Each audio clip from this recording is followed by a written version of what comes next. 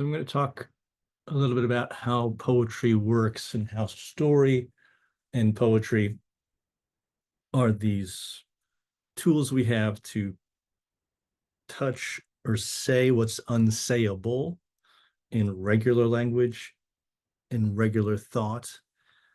Um, and that's not religion, although I suppose it touches on religion, but I'm going to argue that it's just thought and reality. And so I've used a story, and I'm going to refer to it again from a writer named Paul Marr. And in his story about Conrad, I love this story because you have a character who can't tell stories, who can't get stories, who is non-narrative. And the fact that he can't see it allows us to see what we always see because we can't help seeing it because we live in stories all the time. But imagine not being able to tell stories or understand stories. So this fellow, Conrad, as I've said, like he comes home from school and his mother asks him, "How was your day?" And he just recites, "I did math, I did English, I did social studies, I went home." He just gives facts, gives data, information, but with no meaning, no story arc, nothing kind of organizing it, relating it, pointing it towards some value. And so they struggle to teach him how to tell stories and how to understand stories. And his world is fully disenchanted, to use the Weberian, how does it say, Max Weber, his term, disenchanted. And so, how do you re enchant the world for this poor boy, Conrad? And his parents were very smart. So, they sent him to Miss Leisure. Note the name Leisure. How much leisure do you and I have? How much time do I have to like enjoy a novel that's completely useless in terms of my career, but it's just to enjoy and to think? And I know myself, I struggle to find that time.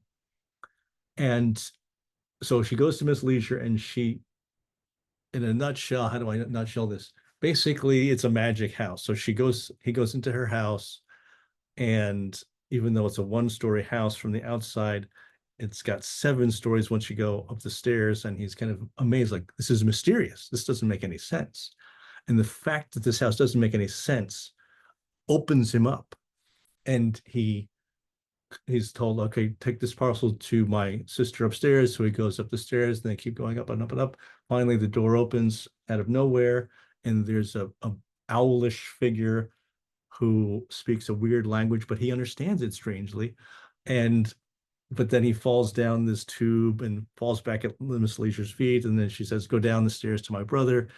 And the same thing happens. And he is amazed at how many stairs there are. And then he sees this beaver looking creature who's smoking a cigar. It doesn't make any sense. And so he ends up back with Miss Leisure, and he goes to his home.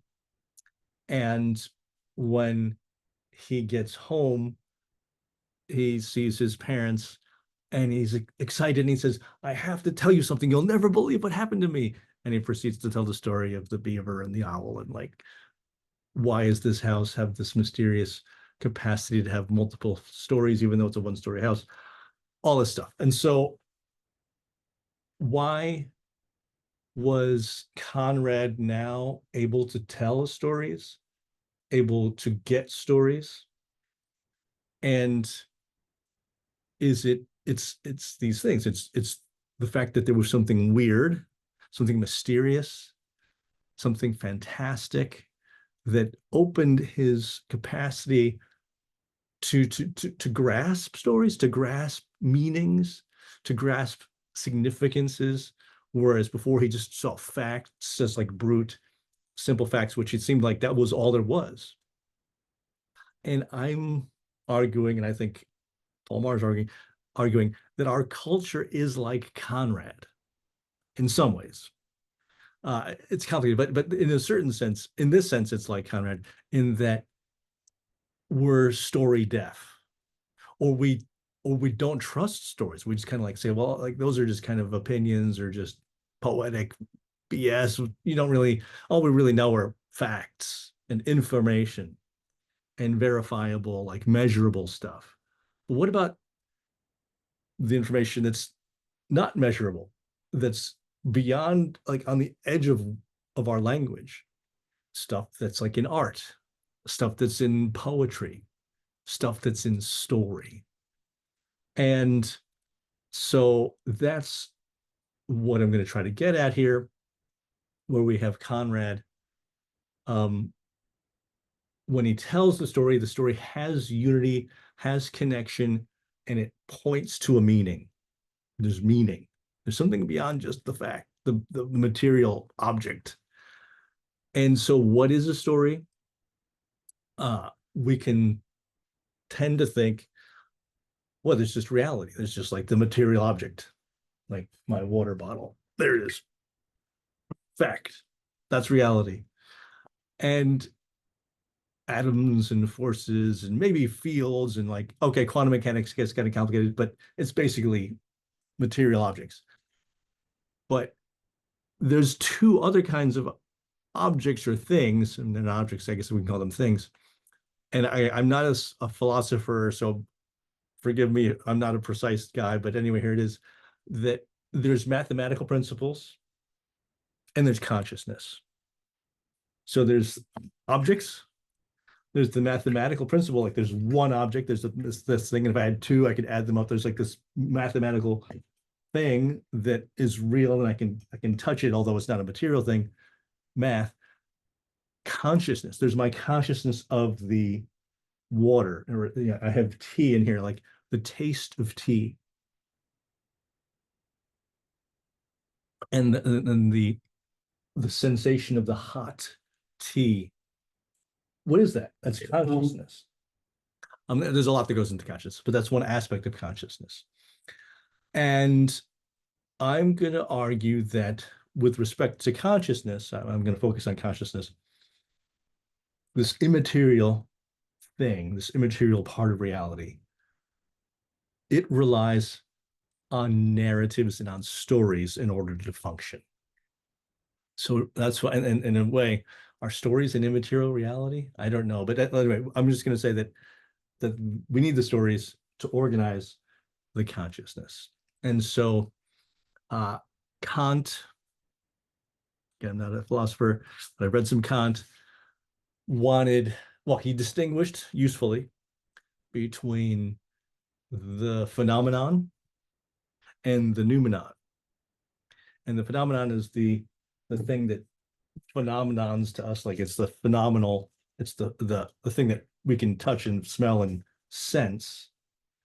But the thing in itself is kind of beyond us. Like I can tell its color and its shape and its weight, but I'm always just going through my senses, but I'm never getting to the thing itself, the Ding an sich, the German Ding an sich, the thing in itself.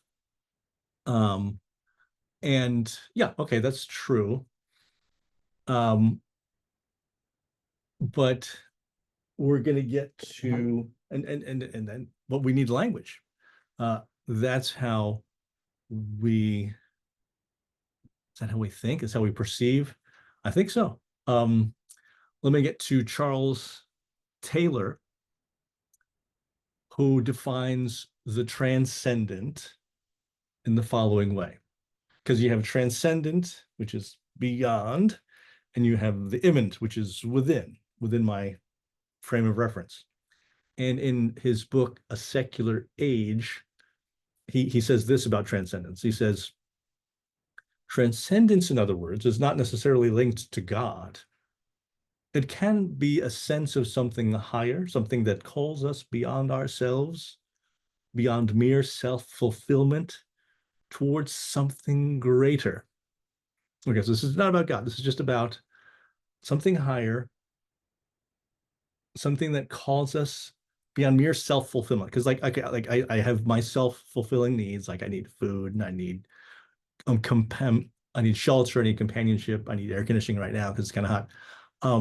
I need these things, but isn't there something beyond those, something greater, something that calls me towards the other, like ethics, something that calls me to seek excellence, virtues, and and those who deny that transcendent realm, what he calls transcendent realm, will say, well, we're stuck in an immanent frame, just with what we can see and taste and smell, and what satisfies me.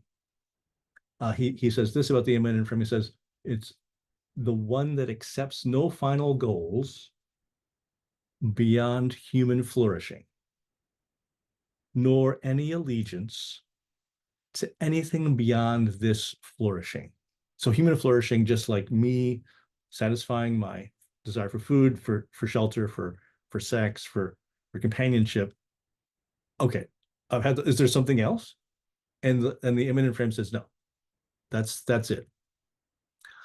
And but what Taylor is going to point out is that all of us, whether you're religious or not religious, are kind of in this immanent frame. That's sort of like the world we talk about among ourselves in the West, anyway.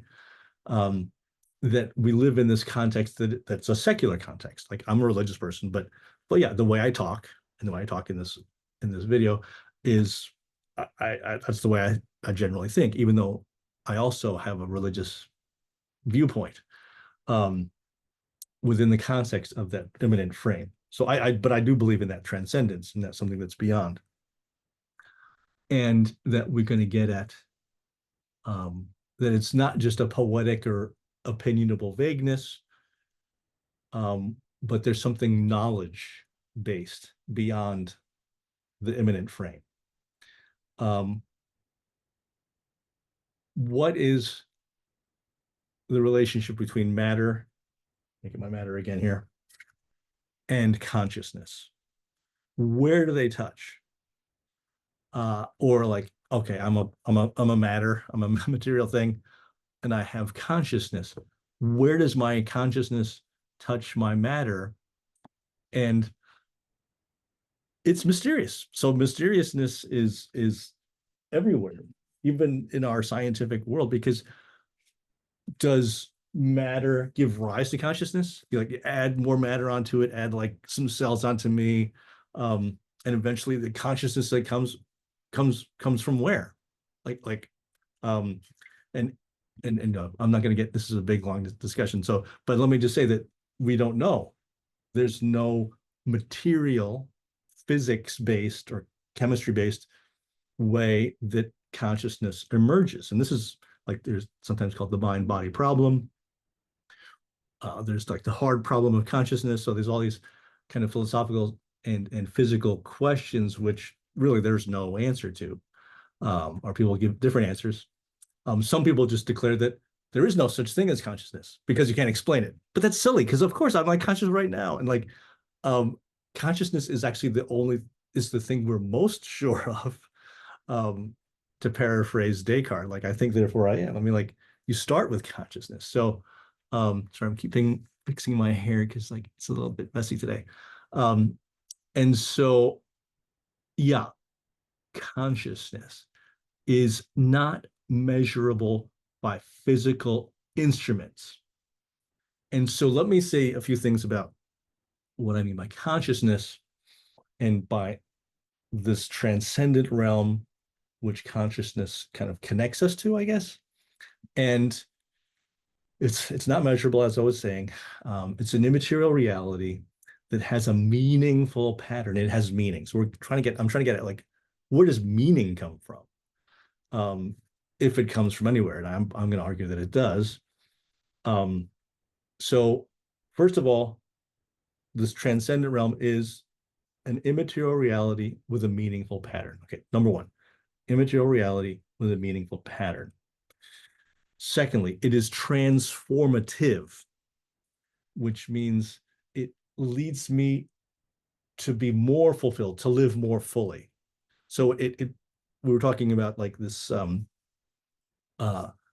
self-fulfillment, but there's more. I mean, like I guess is that within the immanent frame, it's sort of pushing the immanent frame further beyond itself, that the immanent frame points beyond itself even. For me, I need to be more. I need to have more, not like just money, but like fulfillment. I seek joy, I seek happiness, I seek fulfillment. Um, I'm never totally fulfilled. Our hearts are restless. This is a Saint Augustine would say. Um, and this is going to get us into psychology.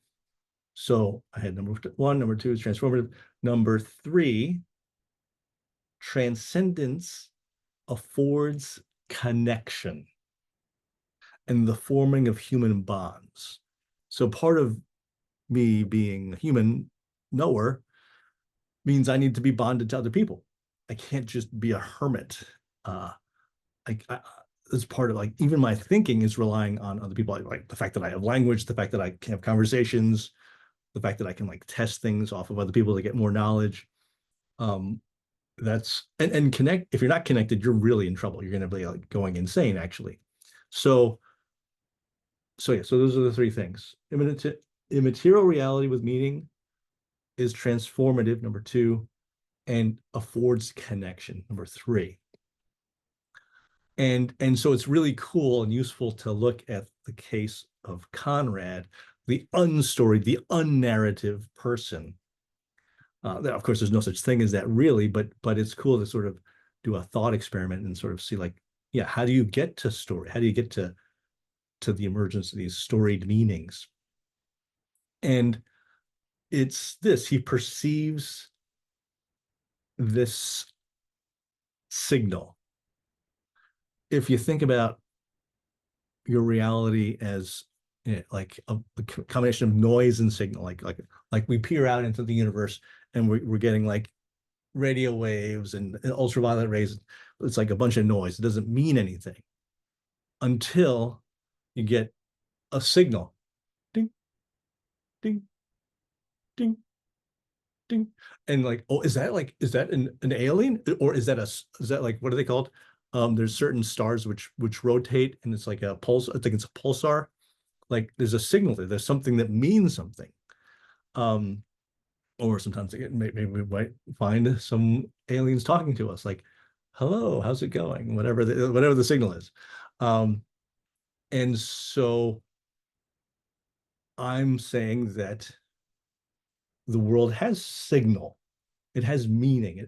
It has, and it's not measurable in the sense um, like with math or with like a kind of recording device. Um, you can't get at it directly. It has to be kind of slantedly get at it through poetry and through art. That's why we have these kind of imprecise tools, venues, vehicles to get to that beyond, to get to that transcendent, um, to get to the story arc, to get to the general inkling or the gist of the story in the midst of mystery. So that's why the mystery was important for Conrad. He needed to be like kind of blown away by mystery, opened up by mystery, and then he can start perceiving the signals. And he can start, oh, there's a story here. This makes some sense, even though I'm like trying to make sense of it. And that's the way reality is. We're always like kind of making sense of it, but always a little bit, it's always still full of mystery, weirdness. And that energizes the storytelling faculty. It kind of, and I'm not an expert on the brain, but like I'm thinking that this is energizing more of the right hemisphere activity. We need, while we're always using both hemispheres, but this kind of skews us back towards relying more heavily on the right hemisphere, the big picture hemisphere, the pattern, the meaning hemisphere. Um, and so Conrad weaves a narrative and he finds a meaning. And because the world is unintelligible to him, it's mysterious, the story emerges. It requires narration.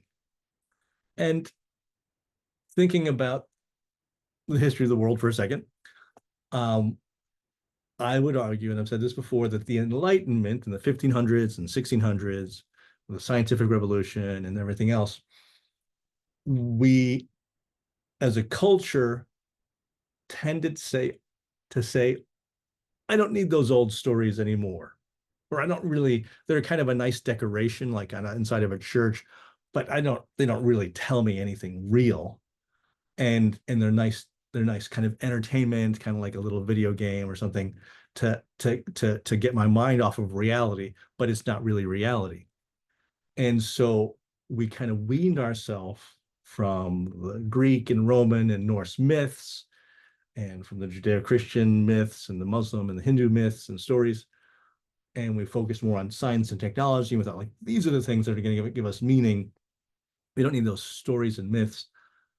But because we've lost that connection with story and our capacity for story, we've gotten into, I would say, like liquid modernity, uh, or what there's a German philosopher named Byung-Chul Han, and he calls our society, oh gosh, what does he call it? It's a burnout society. Like we've been burned out. We've been kind of like hollowed out by a lack of meaning. Liquid modernity, that's Zygmunt Bauman's term. Neither one of those men is religious, as far as I know. It's not a religious concept. It's just a kind of observation that we've distrusted or been detached from stories. And in the meantime, we have an overwhelming series of stories overwhelming us with information of advertising, of TikTok videos, of YouTube, of Instagram. And so we do have stories which have a kind of meaning, but there's no, it's just a lot of overwhelming fire hose of information. We're like, and I can't like, so what do I need to do? I need to pull back and I need to reconnect to the classic stories that have got our culture to this point, that helped us build an amazing civilization where there's relative peace. Obviously, there are some wars, but in my lifetime, thank God, like I can walk out in the street and not be like fearful. I can go to work. The lights are on, the water's running. Like we have an internet that works. Um, these are great technological and cultural achievements, and we might lose some of these, and it seems like we already are losing some of them, some of our freedoms, perhaps. And I was listening to a woman writer, poet, historian on a podcast, and her name is Jennifer Michael Hecht. And I think her job is a historian. I need to look her up. Sounds like a really brilliant person. She was on this podcast with Sean Illing, and she was talking about poetry. And she's talking about art. And she's an atheist, but she's valuing the sacred that still persists in our culture, whether you're religious or not. I'm religious, she's not, but I think both of us have this sense of the sacred in the sense like art museums, which are kind of a temple, honoring these great artists, honoring this love of beauty, cultivating that culture, which goes back hundreds of years, thousands of years. Connecting to that is valuable. There's something sacred there. If we lost that, that would be a humongous loss. Can you imagine? Or she mentions like the death of a loved one, or she mentioned Lou Reed. She lives in New York City. When Lou Reed died, I forget when that was, but wonderful musician, Take a Walk on the Wild Side, that people gathered in Washington Square Park and someone played a piano and everyone listened in silence to this piano concert honoring this wonderful dead person, and they mourned together and they cried and they listened in unison and in a ritual. That's something sacred. It's interesting. She mentions this, like that kids go to school, they put their hand on their heart and they pledge allegiance. And whether or not you want to criticize some American policies, patriotism in general is a good thing. People who are willing to love their country, who love the people, if they join the military, they're willing to die for their country. I'm not going to get into like all the things that America has done militarily. It's not all good, but anyway, but in itself, patriotism is a positive thing. It's this connecting thing that connects us with other people in our nation. And there's something sacred there. And she mentions like, yeah, so like what's a poem? Like, is it's just a bunch of words, but it connects us with something beyond. And so she even mentions like, so she's not a religious person, but she'll go to a funeral of someone that she loved and knew, and she'll honor that person, and she'll go to the ritual, and then she'll recite a poem that connects her with that person. And that poem adds so much to the event. Why? It's this portal, it's this connection to this transcendent beyond, like a source of meaning, like and you know that's the it is poetic, so it's not like a scientific thing. I'm not giving you a scientific proof, and she wasn't either, because you can't, but it's real. So that's the argument, that this is, even though it's in unmeasurable, unregisterable on my like recording device, it's real, and otherwise nothing works. um Poetry succeeds when speech fails. Isn't that interesting? Like, okay, I'm talking, when we give you information, I'm giving you a speech, but poetry works best when the speech fails, when like the speech bumps up against this barrier and the poetry gets beyond that. That's the most powerful poetry. And celebrating life or death or marriage or friendship, like these real things, which again are unmeasurable, but that we really need to connect to them. She compares poetry to prayer or hymns. Yeah, hymns are poems, actually. Um, and she just like anyway, I can go on and on. So um, saying aloud the things you're thankful for.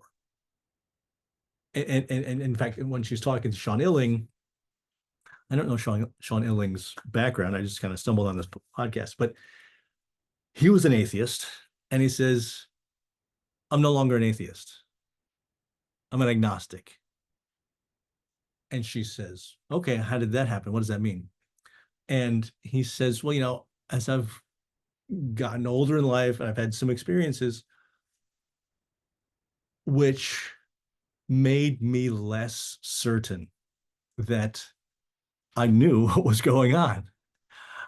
And so that opened him up, that maybe there's something more. And he's not religious. He's not saying like I'm going to church or anything, but he's saying, I know that there's something more than just the flat nothingness of material reality, that and it's mysterious, and that the world, that even scientifically, the regular world is shot through with mystery, with meaning, and it points to this transcendent through our consciousness, and we can access it through art and story and poetry. And so cultivating gratitude, saying the things you're grateful for, like we need to do that, like for our mental health. Like mental health is a real thing. And so even though again it's kind of hard to measure it with devices, I mean it's more like something you got to talk it through and have a friendship with a counselor in order to really get at mental health. Um, and I guess I was going to do a song, and this could be a mistake because I'm not really practiced. But let me pause for a second here. So this is Wings, Paul McCartney and Wings, and it's Maybe I'm Amazed. And this is going to be a challenge for me. For some reason, I like these challenges, but I hope I don't grate on you with my imperfect song. But anyway, here it goes.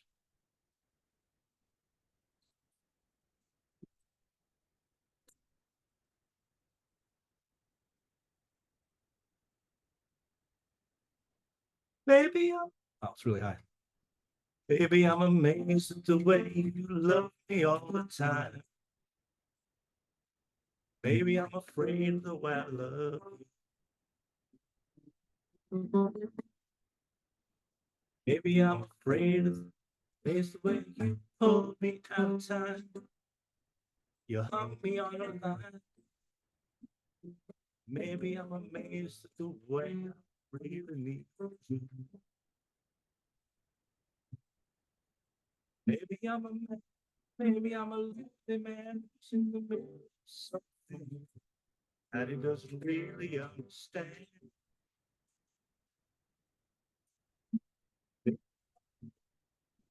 Maybe you never help me. Maybe won't you help me to understand?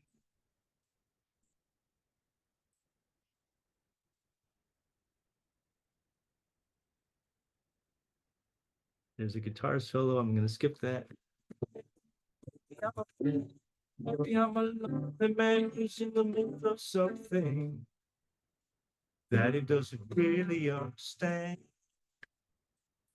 Maybe I'm a man, maybe you're the only woman who could ever help me.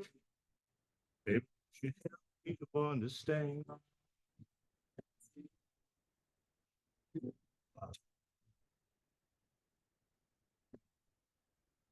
A lot of tune. Sorry about that.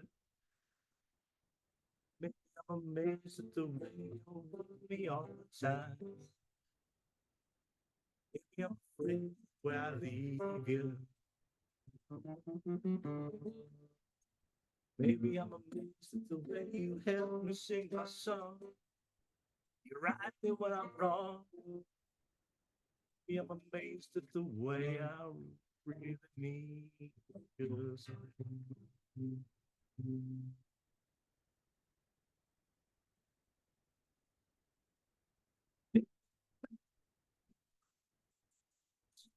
Something that it doesn't really understand. Maybe I'm back.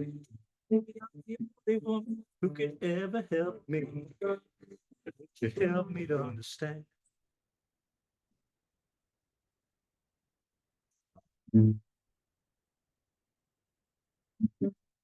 Maybe I'm a maid. Maybe I'm a maid. Yeah, I'm a maid. Yeah, yeah, yeah. I'm a maid. I'm a maid. Practice this part with you.